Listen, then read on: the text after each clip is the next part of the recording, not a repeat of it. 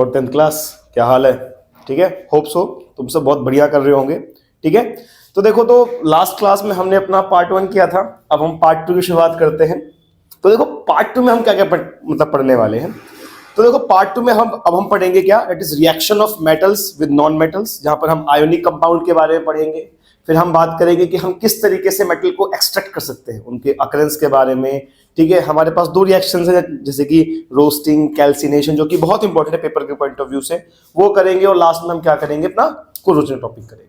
ठीक है, तो देखो चालू करते हैं हम। ठीक है, तो यहां पे देखो, तो अपने पास जो आज का टॉपिक नंबर 1 है वो क्या है, दैट इज क्या हो कि how do metal react with solution of other metal. क्या हो अगर एक मेटल को मैं किसी दूसरे मेटल के सॉल्यूशन में डाल दूं। सिंपल सी बात है कि मान के चलो मेरे पास एक मेटल ए है, इस मेटल ए को मैं क्या करूं, किसी दूसरे मेटल बी के सॉल्यूशन में डाल दूं, तो क्या होगा, क्या रिएक्शन होगी कि नहीं होगी, देखते हैं। ठीक है, तो ये देखने से पहले हम क्या सीखेंगे, दैट इज रिएक्टिविटी सीरीज, जो कि हम पहले भी पढ़ते हुए आ चुके हैं। ठीक है, अब अगर मैं बात करूं रिएक्टिविटी सीरीज के बारे में, तो क्या है, ये एक ऐसी सीरीज है जहां पर हम मेटल्स को अरेंज करते हैं उनके रिएक्टिविटी ऑर्डर के हिसाब से। ठीक है, इसमें सबसे ऊपर अपने पास क्या आता है, दैट इज पोटेशियम, फिर सोडियम, फिर calcium, magnesium, aluminium, zinc, PB, ठीक है, CuHg Ag देन Au। ये अपने पास कुछ सीरीज है। ठीक है, इस सीरीज में जो अपने पास ऊपर की मोस्ट टॉप मोस्ट हमारे पास क्या है, हाई रिएक्टिव मेटल्स, और जो नीचे है हमारे पास बॉटम में वो क्या है, हमारे पास लीस्ट रिएक्टिव मेटल्स। ठीक है, अब यहां पे हमको क्या ध्यान देना है कि जो ये मेटल ए होगा, अगर ये मेटल ए हाई रिएक्टिव है, अगर ये मेटल ए हाई रिएक्टिव है, तो हाई रिएक्टिव होने की वजह से ये क्या करेगा, मेटल बी को उसके सॉल्यूशन से डिस्प्लेस कर देगा, और खुद जो मेटल ए है वो अपना सॉल्यूशन क्रिएट कर लेगा। एग्जांपल देखते हैं इसका। लेट्स सपोज अगर मान लो मेरे पास क्या है, Na, sodium react with CuSO4, copper sulphate, sodium react with copper sulphate, ये अपने पास सॉलिड स्टेट में होगा, ये एक्वस स्टेट में होगा।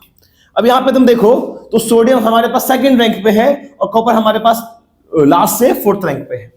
ठीक है, तो यहां पे सोडियम मेरे पास हाई रिएक्टिव है, और सोडियम हाई रिएक्टिव होने की वजह से यहां पे क्या करेगा, कॉपर को डिस्प्लेस कर देगा और खुद क्या करेगा, SO4 के साथ मिलकर Na2SO4 बना लेगा, दैट इज सोडियम सल्फेट। क्या बोलेंगे इसको, सोडियम सल्फेट, और साथ साथ में जो मेरे पास कॉपर है वो डिस्प्लेस हो जाएगा। तुमने ये रिएक्शन पहले भी पढ़ी है चैप्टर 1 के अंदर, जिसको हम डिस्प्लेसमेंट रिएक्शन बोलते हैं। एग्जैक्ट सेम रिएक्शन है ये। ठीक है, तो ये तो बहुत इजी टॉपिक है, इसको कर लो एक बार, फिर आगे बढ़ेंगे हम। ठीक है, अब नेक्स्ट क्या है अपने पास, that how metals react with non metals. How metals react with non metals, किस तरीके से एक मेटल रिएक्ट करेगा एक नॉन मेटल के साथ। ठीक है, रिएक्शन मेटल और नॉन मेटल की थोड़ी डिफरेंट होती है। यहां देखते हैं बेसिकली यहां पे होता क्या है कि अगर कोई भी एक मेटल, उसको रिएक्ट किया जाए किसी नॉन मेटल के साथ, तो ये आपस में एक टाइप का स्पेशल बॉन्ड फॉर्म करते हैं। ठीक है, और जो वो स्पेशल बॉन्ड है, इन दोनों के बीच में एक बॉन्ड बनेगा, और जो वो स्पेशल बॉन्ड है उस बॉन्ड को हम क्या बोलते हैं, आयोनिक बॉन्ड बोलते हैं। और ये आयोनिक बॉन्ड ऐसे नहीं बनता, ये बनता कैसे है अपने पास, इलेक्ट्रॉन के ट्रांसफर से। जब मेटल्स का इलेक्ट्रॉन जाएगा किसके पास, नॉन मेटल्स के पास, तो ये आपस में एक बॉन्ड बनाएंगे, और उस बॉन्ड को क्या बोलेंगे हम, आयोनिक बॉन्ड बोलेंगे। एग्जांपल देखते हैं। देखो मेरे पास क्या है, सोडियम, जो कि क्या है, एक मेटल, और साथ साथ में मेरे पास क्या है, क्लोरीन, जो कि क्या है, एक नॉन मेटल। तो किस तरीके से सोडियम और क्लोरीन के बीच में बॉन्ड बनेगा, देखते हैं इसको। अगर बात करो सोडियम के बारे में, तो इसका एटॉमिक नंबर कितना होता है, 11, और तुमने सीखा होगा अपने 9th क्लास के अंदर इलेक्ट्रॉनिक कॉन्फ़िगरेशन।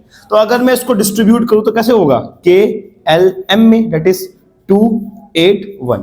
तो इट मीन सोडियम के आउटर मोस्ट शेल में 1 इलेक्ट्रॉन है, मतलब जो सबसे उसका लास्ट मोस्ट ना, जो उसके पास वैलेंसी है वो कितनी है, 1 की है। वहीं अगर बात करें क्लोरीन के बारे में Cl, तो कितना है ये 17। और अगर मैं इसको डिस्ट्रीब्यूट करूं तो कुछ ऐसे होगा 2 8 7। तो क्लोरीन के आउटर मोस्ट शेल में कितने इलेक्ट्रॉन्स हैं, तो वो है 7 इलेक्ट्रॉन्स। तो देखो यहां पे क्या है, अगर क्लोरीन के पास 7 इलेक्ट्रॉन्स हैं तो इसको 1 इलेक्ट्रॉन चाहिए अपना ऑक्टेट पूरा करने के लिए। वहीं सोडियम के पास एक एक्स्ट्रा है, तो सोडियम इस केस में क्या करेगा, अपना 1 इलेक्ट्रॉन इसको दे देगा। और जैसे ही सोडियम अपना 1 इलेक्ट्रॉन इसको दे देगा, इसके ऊपर क्या आ जाएगा, +1 का चार्ज। क्यों, क्योंकि इसने 1 इलेक्ट्रॉन दे दिया। अब ऐसे क्लोरीन है, क्लोरीन क्या करेगा, इसने 1 इलेक्ट्रॉन ले लिया, तो इसके ऊपर चार्ज किसका आ गया, -1 का। तो इस केस में ये +1 और -1 ये आपस में मिलकर क्या फॉर्म करेंगे, NaCl। और जो ये मेरे पास इलेक्ट्रॉन का ट्रांसफर हो रहा है, इलेक्ट्रॉन के ट्रांसफर से ही एक बॉन्ड बन रहा है, और उस बॉन्ड को क्या बोलेंगे, आयोनिक बॉन्ड। समझ में आ गया ना पूरा बढ़िया से, ठीक है। अब देखो, तो जो ये आयोनिक बॉन्ड बन गया, इससे तुमको ना एक क्वेश्चन देखने को मिलेगा कि तुमको अलग अलग टाइप के आयोनिक बॉन्ड्स बनाने को बोल देगा, ठीक है। अब जैसे ही मेरे पास आयोनिक बॉन्ड बन जाता है ना, तो जो ये दोनों पर्टिकुलर मेटल्स हैं और क्या है, नॉन मेटल्स, इनकी पूरी प्रॉपर्टी चेंज हो जाती है। देखोगे तो सोडियम मेरे पास मेटल है जो कि सॉलिड फॉर्म में होता है, बट वहीं जो ये मेरे पास क्लोराइड है, ये क्या है, गैसियस फॉर्म में है। बट जैसे ही ये आपस में कंबाइन करेंगे और NaCl फॉर्म करेंगे, जिसको हम नमक बोलते हैं, ये किस फॉर्म में है, सॉलिड फॉर्म के अंदर। तो अब बात करते हैं किसके बारे में, फिजिकल प्रॉपर्टीज के बारे में। किसके बारे में, physical properties of ionic compounds, ठीक है।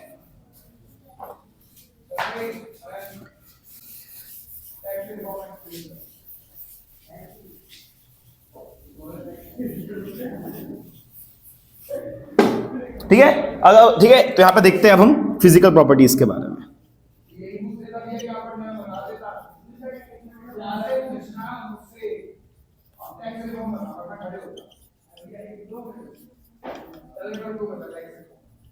Physical properties of ionic compound. सबसे पहले बात करते हैं किसके बारे में, इसके फिजिकल स्टेट के बारे में। फिजिकल स्टेट के बारे में, तो देखो फिजिकल स्टेट कहने का मतलब इसकी फिजिकल अपीयरेंस कैसी है। तो देखो आयोनिक कंपाउंड जनरली कैसे होते हैं, सॉलिड इन नेचर। मतलब अगर बात करें इनकी फिजिकल स्टेट के बारे में, तो कैसे होंगे ये, सॉलिड, हार्ड, रिजिड, इनकी प्रॉपर्टीज है, ठीक है। सॉलिड भी है, हार्ड भी है, रिजिड भी है, ठीक है। ये सब क्यों है, बिकॉज जब इनका इलेक्ट्रॉन ट्रांसफर होकर जब बॉन्ड बनता है, ठीक है, तो इलेक्ट्रॉन के ट्रांसफर होने से जो इनके बीच फोर्स ऑफ अट्रैक्शन है, ये बहुत स्ट्रांग हो जाता है, ठीक है। तो they are solid, hard, rigid because of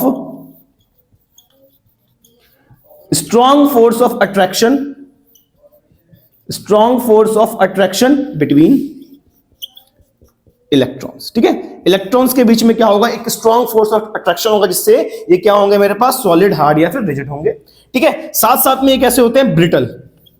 कैसे होते हैं, ब्रिटल। इसका मतलब क्या होता है कि अगर मैं किसी भी आयोनिक कंपाउंड को मारूंगा, किसी, मान लो मेरे पास एक हथौड़ा है, उससे मैं आयोनिक कंपाउंड को तोड़ रहा हूं, तो तोड़ते हुए क्या हो जाएगा, चूर चूर, मतलब छोटे छोटे क्रिस्टल्स की फॉर्म में टूटना चालू हो जाएगा। तुम इसको घर पे ट्राई कर सकते हो। अगर तुम्हारे पास वो है, वो हो ब्लैक सॉल्ट हो, काला नमक पत्थर वाला, अगर तुम उसको तोड़ोगे तो वो टुकड़ों में टूट जाएगा, वो पूरा पाउडर नहीं बनेगा, ठीक है। तो क्रिस्टल्स की फॉर्म में टूटने को हम क्या बोलते हैं, ब्रिटल इन नेचर, ठीक है। आगे बात करते हैं, नेक्स्ट क्या है, कंडक्शन ऑफ इलेक्ट्रिसिटी।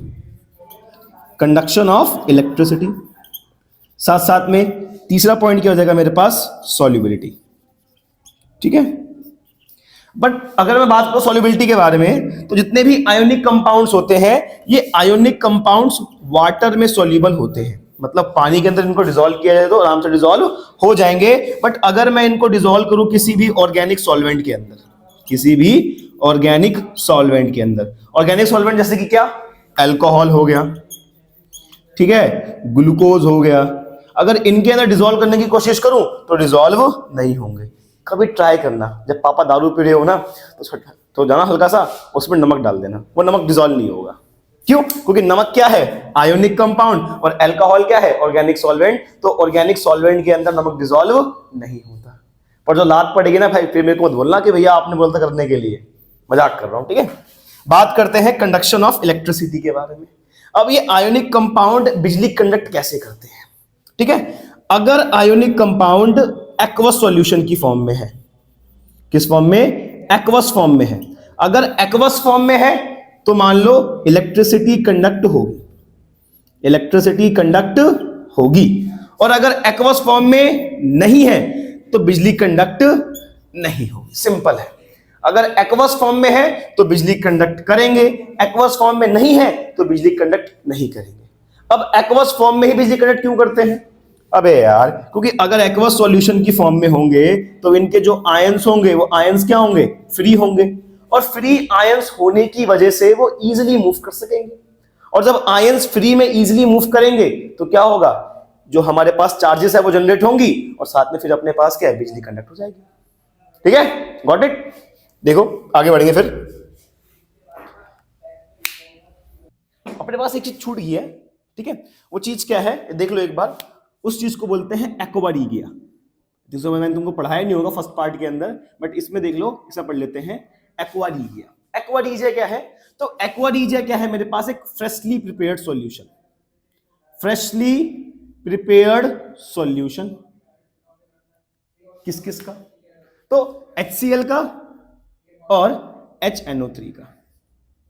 ठीक है, तो एक्वारीगिया क्या है? मेरे पास एक फ्रेशली प्रिपेयर्ड सॉल्यूशन किस किस का? HCl का और HNO3 का, जहां पर HCl क्या होगा मेरे पास? 3:1 में होगा नाइट्रिक एसिड के साथ। कि 3, अगर देख लो मगर मैं बनाता हूं सॉल्यूशन, तो अगर मान लो मेरे पास एक गिलास है, उस गिलास के अंदर 3 चम्मच HCl और 1 चम्मच HNO3 नाइट्रिक एसिड, तो ये मेरे पास क्या बन गया? 4 चम्मच का बन गया सॉल्यूशन। तो ये जो सॉल्यूशन है इसी को मैं क्या बोलूंगा? एक्वारीजिया बोलूंगा, जो कि 3:1 के अंदर होगा। और ये इतना ज्यादा स्ट्रॉन्ग होता है कि ये जो नॉन रिएक्टिव मेटल्स हैं जैसे कि गोल्ड, सिल्वर, प्लेटिनियम, इनके साथ भी रिएक्ट कर लेता है। इनके साथ भी क्या करेगा? ये रिएक्शन कर लेगा। तो अगर तुमने देखा हो ना, जब हमारी मम्मियां जाती हैं या फिर मम्मियां दीदियां जाती हैं सुनार की दुकान पे, तो उनकी पायल को बोलती है कि भाई भैया ये पायल है, काली होगी, इसको साफ कर दो। तो सुनार क्या करता है? उसके पास एक सॉल्यूशन होगा, उसमें डाल देगा, निकालेगा, हल्का सा रब कर देगा, ले भाई चांद, वो पायल चमक गई। तो ऐसा हो क्या रहा है? वो पायल तो चांदी की बनी है, बट जैसे ही वो उस सॉल्यूशन में उसको डिप कर रहा है, वो सॉल्यूशन है वो किसका है? वो एक्वारीगिया का है, जो कि क्या कर रहा है? उस सिल्वर के जो ऊपर जो सल्फाइड की लेयर है उसके साथ रिएक्ट करके जब उसको पॉलिश कर रहा है, तो अपने पास पूरी पूरी एक नई चांदी की पायल अपने को देखने को मिल रही है। ठीक है, हो गया? चलो ठीक है।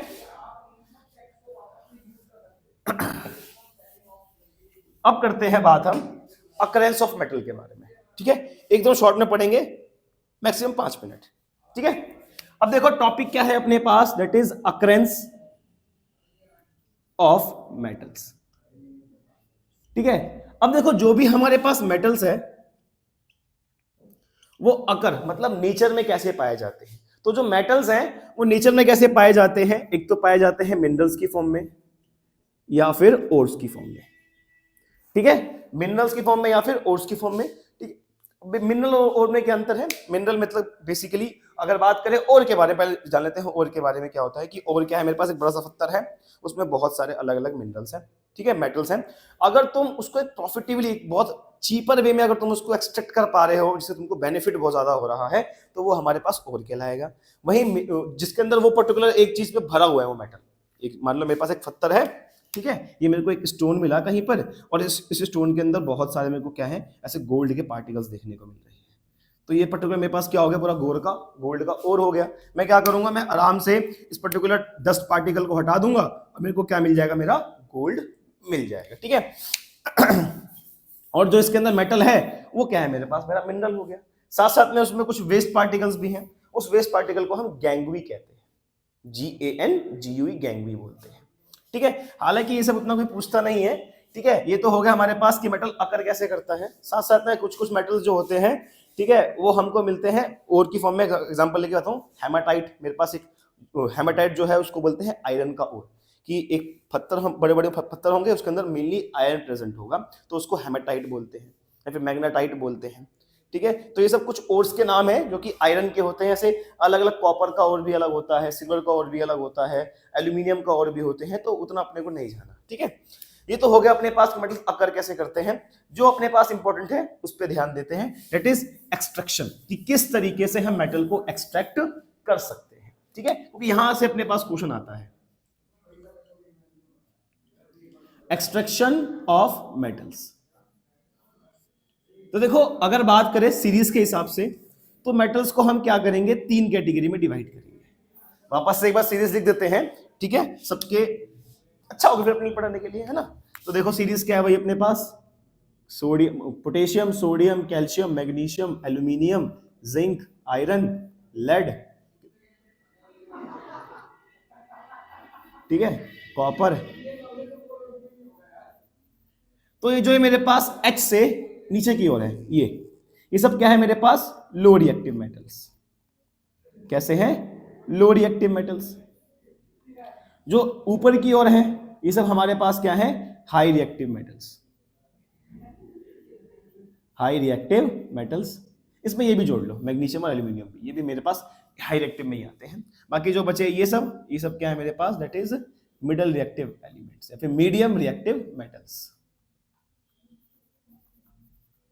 ठीक है, अब देखते हैं एक एक करके बात करते हैं लो रिएक्टिव, मिडल और हाई रिएक्टिव के बारे में। ठीक है,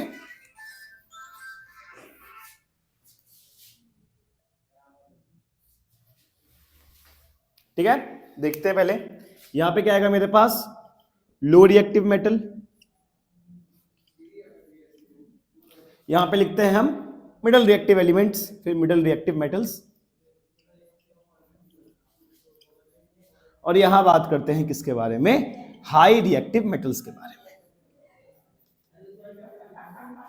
तो देखो जो मेरे पास लो रिएक्टिव मेटल्स हैं, ठीक है, इनमें करेंगे शुरुआत कहां से, एकदम बॉटम में से, जैसे कि ये एयू। एयू क्या हो गया मेरे पास, एयू तो हो गया मेरे पास गोल्ड। देखो गोल्ड जो है ये सबसे ज्यादा लीस्ट रिएक्टिव मेटल है, हालांकि इसके बाद एक और होता है प्लेटिनियम, वो भी मान सकते हो। तो गोल्ड या फिर प्लेटिनियम ये मेरे पास ऐसे मेटल्स हैं जो कि किसी के साथ रिएक्ट करते ही नहीं है। ये हमको नेचर में भी ना ऐसे मिलते हैं आराम से। अगर तुम देखोगे तो जो हमारे पास गोल्ड माइनर होते हैं, जो भी मतलब जो कि सोने को ढूंढते हैं, वो लोग भी क्या करते हैं, सोने के मतलब खदानों में जाते हैं और गोल्ड को ऐसे ही निकाल लेते हैं, मतलब नगेट से। हालांकि बहुत मेहनत लगती है उस चीज के अंदर, बट गोल्ड जो है वो हमेशा हमको प्योर फॉर्म में देखने को मिलता है। उसको हम थोड़ा मेल्ट करेंगे, एक्सट्रैक्ट करेंगे, प्यूरिफाई करेंगे और वो पूरा पूरा प्योर हो जाएगा। ठीक है, बट गोल्ड जो है हमको नेचर में ऐसे ही देखने को मिलता है। अगर बात करें नेक्स्ट सिल्वर के बारे में, दैट इज एजी, सिल्वर। देखो सिल्वर जो है वो कभी कभी नेचर में हमको ऐसे फ्री फॉर्म में देखने को मिल जाएगा, बट कभी कभी क्या होता है कि जो सिल्वर है ये सल्फर के साथ क्या है, मिलकर हमको एक ओर की फॉर्म में देखने को मिलता है, जहां पर हम क्या करते हैं, इस सिल्वर में से सल्फर को अलग करते हैं। ये जो पर्टिकुलर चीज है इसको हम क्या बोलेंगे, सिल्वर सल्फाइड।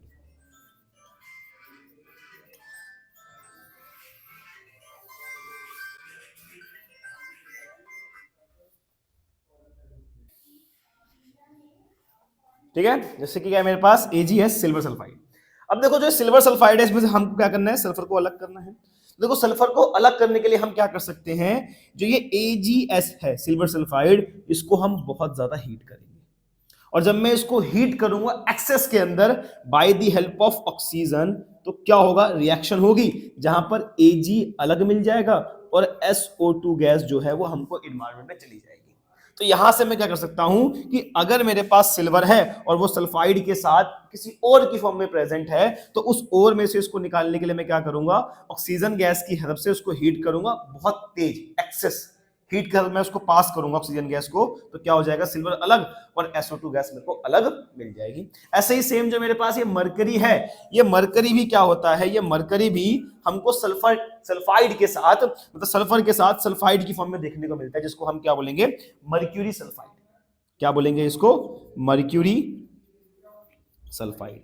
और अगर इस मर्क्यूरी सल्फाइड में से अपने को मर्क्यूरी को अलग करना है, तो सेम जो प्रोसेस हमने ऊपर की है वो यहां पर भी करेंगे कि जो ये मर्क्यूरी सल्फाइड है इसके अंदर हम क्या करेंगे, ऑक्सीजन गैस की हेल्प से एक्सेस में हीट करेंगे, जहां पर क्या होगा, मेरे को HgO मिल जाएगा और SO2 मिल जाएगा। अब तुम बोलोगे भैया यहां पर तो ऑक्सीजन गैस आया नहीं, बट यहां पर ऑक्सीजन गैस क्यों आ गया, क्योंकि सिल्वर जो है वो ऑक्सीजन के साथ रिएक्ट करता ही नहीं है। ये इतना ज्यादा लीस्ट रिएक्टिव मेटल है, हमने पहले पढ़ लिया है, ठीक है, पार्ट 1 के अंदर। बट यहां पे देखें तो यहां पर क्या बन जाएगा, HgO बन जाएगा। अब जो ये HgO है इसमें ऑक्साइड भी है, तो देखो इस ऑक्साइड को अलग करने के लिए मैं क्या करूंगा, मैं इस्तेमाल करूंगा कार्बन का। किसका इस्तेमाल करेंगे? कार्बन का। तो जो ये कार्बन है ये क्या करेगा? ऑक्सीजन के साथ बाइंड अप कर कर CO2 गैस बना लेगा और यहां पर मेरे को क्या मिल जाएगा? प्योर फॉर्म में मरकरी मिल जाएगा। ठीक है। ऐसे अगर बात करें कॉपर के बारे में भी, तो कॉपर भी सेम हमारे पास क्या है? लो रिएक्टिव मेटल है। उसको भी हम ऐसे ही एक्सट्रैक्ट करते हैं कि मेरे पास कॉपर है, वो कॉपर क्या है? अपने सल्फाइड के साथ है, that is Cu2S, copper sulphide की फॉर्म में। तो सिंपली क्या करेंगे? उसको जब हीट करेंगे तो हीट करने पे क्या मिलेगा मेरे को? CuO प्लस में SO2 गैस, प्लस में SO2 गैस। वापस से अगर मैं इस CuO को क्या करूंगा? कार्बन से पास करूंगा, रिएक्ट कराऊंगा, तो मेरे को क्या मिल जाएगा? Cu प्लस में CO2। और इस तरीके से कॉपर भी मेरे को क्या है? प्योर फॉर्म में देखने को मिल जाएगा। ठीक है। तो इस तरीके से हम क्या कर सकते हैं? लो रिएक्टिव मेटल को एक्सट्रैक्ट कर सकते हैं। ठीक है। कुछ नहीं करना, सल्फाइड की फॉर्म में है, उसको ऑक्सीजन के प्रेजेंस में एक्सेस में हीट कर दो। और अगर तुम उसको ऑक्सीजन के प्रेजेंस में एक्सेस में हीट करोगे तो वो अपने को क्या है? ऑक्सीजन के साथ मिल जाएगा, फिर बाद में उसको कार्बन के साथ रिड्यूस कर दो। हीट रिड्यूस, काम खत्म। अब बात करते हैं किसके बारे में? That is middle reactive metals के बारे में। किसके बारे में? मिडल रिएक्टिव मेटल्स के बारे में। ठीक है।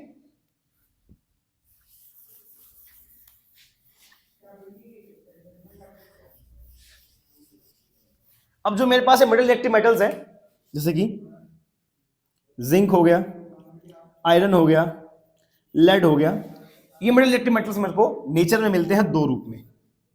एक तो सल्फाइड ओर्स के साथ अटैच, किनके साथ? सल्फाइड, जो अभी हमने देखा S के साथ अटैच मिलेंगे, या फिर कार्बोनेट्स के साथ, या फिर कार्बोनेट ओर के साथ। एग्जांपल लेते हैं किसका? जिंक का। ठीक है। मान लो ZnS, जिंक सल्फाइड, या फिर ZnCO3, जिंक कार्बोनेट। यहां पर भी सल्फाइड है, यहां पर कार्बोनेट है। मेरे को क्या करना है? मेरे को प्योर फॉर्म में जिंक और जिंक निकालना है।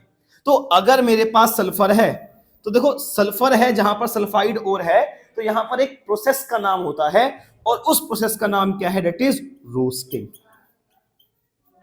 तो मैं किसका इस्तेमाल करूंगा? रोस्टिंग तकनीक का इस्तेमाल करूंगा। बट वहीं जो मेरे पास कार्बोनेट की फॉर्म में है, यहां पर मैं किसका इस्तेमाल करूंगा? कैल्सिनेशन का। किसका इस्तेमाल करूंगा?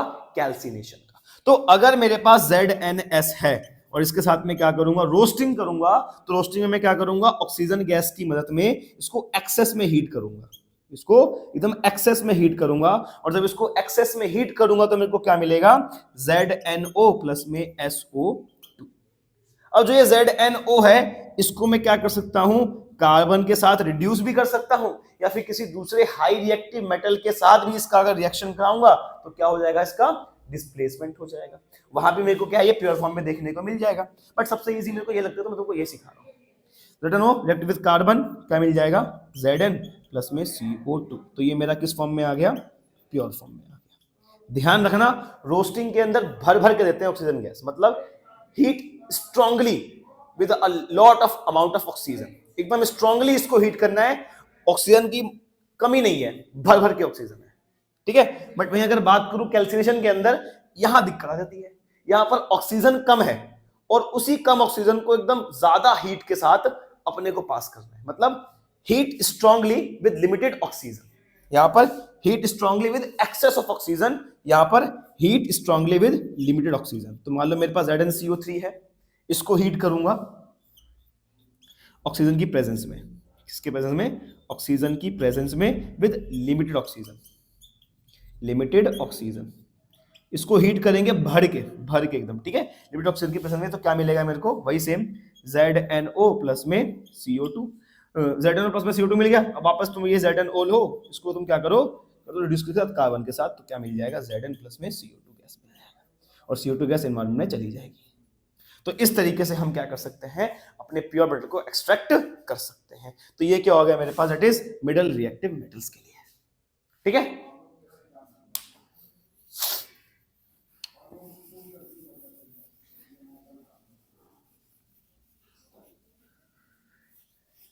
बात करते हैं हम हाई रिएक्टिव मेटल्स के बारे में। तो देखो हाई रिएक्टिव मेटल्स ना हमेशा किसी ना किसी दूसरे अदर मेटल्स के साथ जो है रिएक्टिव फॉर्म में अपने को देखने को मिलेंगे। जैसे कि अगर बात करूं मैं ये सोडियम के बारे में या फिर कैल्शियम के बारे में, तो मान लो जो ये सोडियम है ये क्लोराइड के साथ जो है मेरे को क्या है, सोडियम क्लोराइड की फॉर्म में देखने को मिलेगा। अब यहाँ पे अगर मेरे को सोडियम को अलग करना है और क्लोराइड को अलग करना है, तो यहाँ पर मैं किसका इस्तेमाल करूंगा, इलेक्ट्रोलाइटिक, किसका, इलेक्ट्रिसिटी का इस्तेमाल करूंगा। इसको हम क्या बोलेंगे, इलेक्ट्रोलाइटिक रिएक्शन। ठीक है, जहां पर हम क्या करेंगे, NaCl है एक मेरे पास पर्टिकुलर सिस्टम होगा जिसके अंदर मैं NaCl डाल दूंगा, साथ में एक कैथोड एक एनोड डाल दूंगा और रिएक्शन कराऊंगा। देखो एक बार मान के चलो, मेरे पास ये क्या है, कंटेनर है, इस कंटेनर में ये कैथोड प्लस का, ये एनोड माइनस का, ये पानी है वाटर, और इस वाटर के अंदर क्या है, NaCl प्रेजेंट है, मतलब NaCl का सॉल्यूशन है। ठीक है, ये बैटरी से कनेक्ट कर दिया मैंने। ठीक है, तो जैसे ही मैं इलेक्ट्रिसिटी ऑन करूंगा, इलेक्ट्रिसिटी ऑन करते ही क्या होगा, जो ये NaCl है, NaCl है, ये NaCl, ये NaCl क्या करेगा, अपने आप को तोड़ लेगा, किसमें, Na प्लस में अलग और Cl माइनस के अंदर अलग, जहां पर ये Na प्लस क्या हो जाएगा मेरे पास, कटायन, और ये क्या हो जाएगा मेरे पास, अनायन। तो जो ये कटायन है, ये कटायन कहां जाएगा, cation goes to cathode and anion goes to anode. तो ये जो कटायन है ये कहां पे आ जाएगा, कैथोड पे इकट्ठा हो जाएगा, और ये अनायन कहां पे आ जाएगा, एनोड पे इकट्ठा हो जाएगा। एंड लास्ट में इलेक्ट्रोलाइटिक रिफाइनिंग की मदद से ये NO और Cl को प्यूरिफाई कर दूंगा। तो इस तरीके से हम क्या करते हैं, हाई रिएक्टिव मेटल्स को एक्सट्रैक्ट करते हैं by the help of electricity, by the help of electricity. ठीक है, खत्म, इजी था ना, इजी। चलो देखो इसको, फिर आगे बढ़ते हैं हम, आगे देखते हैं। देखो नेक्स्ट क्या है मेरे पास, कोरोजन। देखो कोरोजन है क्या, कोरोजन बेसिकली क्या होता है, किसी भी मेटल के सरफेस का खराब हो जाना by the help of moisture, कोई गैस हो गई, नमी हो गया, वाटर हो गया, उससे रिएक्ट करके ना, कोई भी एक मेटल है, बढ़िया सा मेटल है, ठीक है, उसकी जो आउटर सरफेस है उसका खराब हो जाना है ना। तो सिंपली अगर हम डिफाइन लिखे इसकी, तो इसकी डिफाइन क्या कहती है, that the gradual,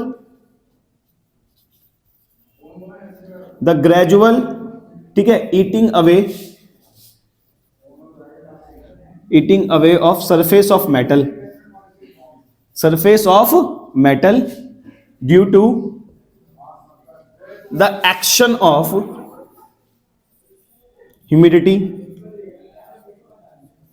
water etcetera is called corrosion. ठीक है, अब देखो यहां पे जो हम कोरोजन पढ़ेंगे वो कुछ दो तीन हमारे पास गिने चुने एग्जांपल्स हैं जो कि पेपर में आते हैं, उसका पढ़ते हैं। देखो सबसे पहले क्या है मेरे पास, that is corrosion of iron.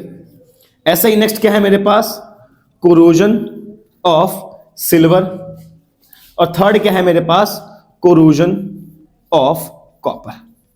ये तीनों हैं, पर्टिकुलर कंपाउंड का नाम क्या होता है सब देखते हैं।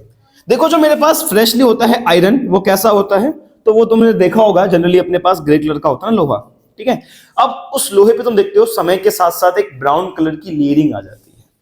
तो जो ब्राउन कलर की लेयरिंग है बेसिकली है क्या, वो रस्ट है, और उसी रस्ट को हम क्या बोलते हैं, कोरोजन कहते हैं।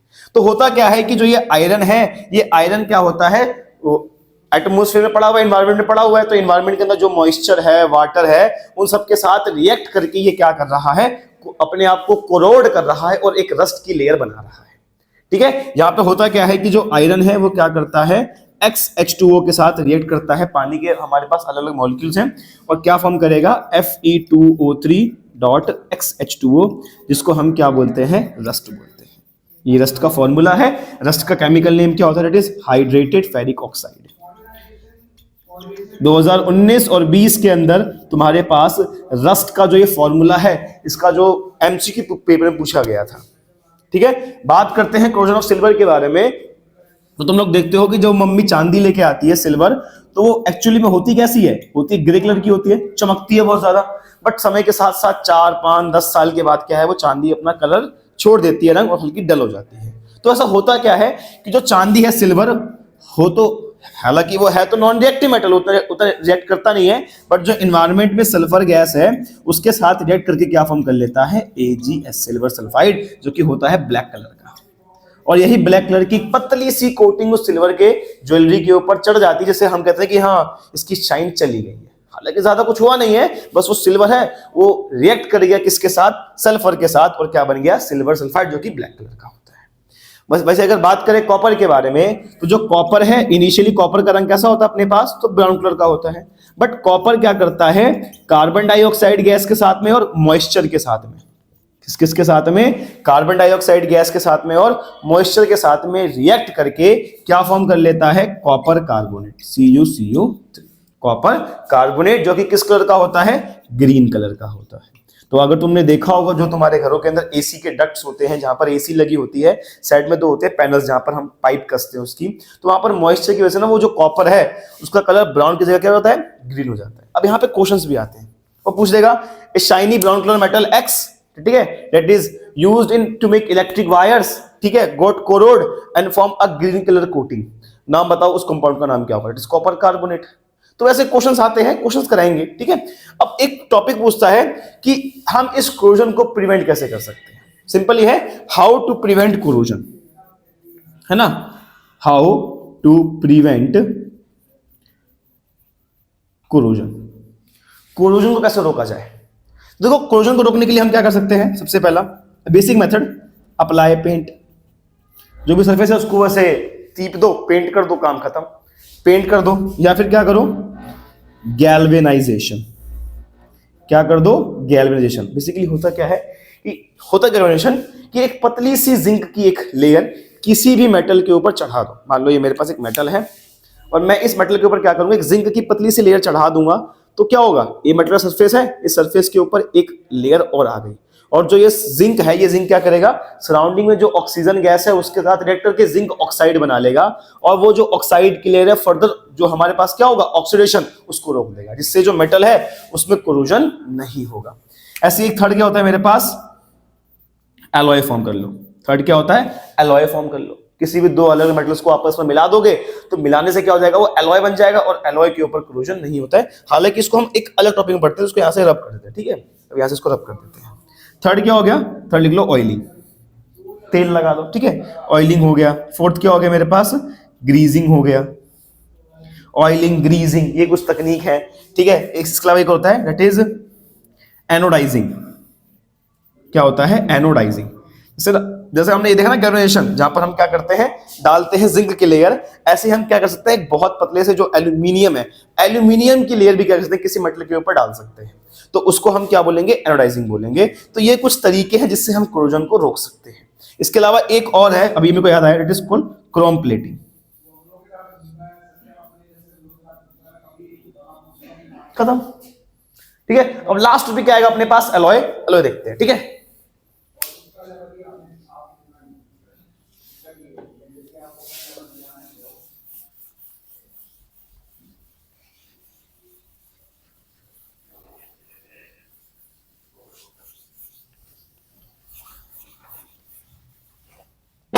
देखो लास्ट टॉपिक है, देखते हैं एलॉय। एलॉय से मान लो एक क्वेश्चन पक्का आ रहा है, लिख लो, अभी लिख लो, एक क्वेश्चन इसमें से आ रहा है। अब एलॉय होते क्या है, तो एलॉय क्या है मेरे पास, मिक्सचर किसके, टू और मोर मेटल के, या फिर कोई मेटल या फिर नॉन मेटल।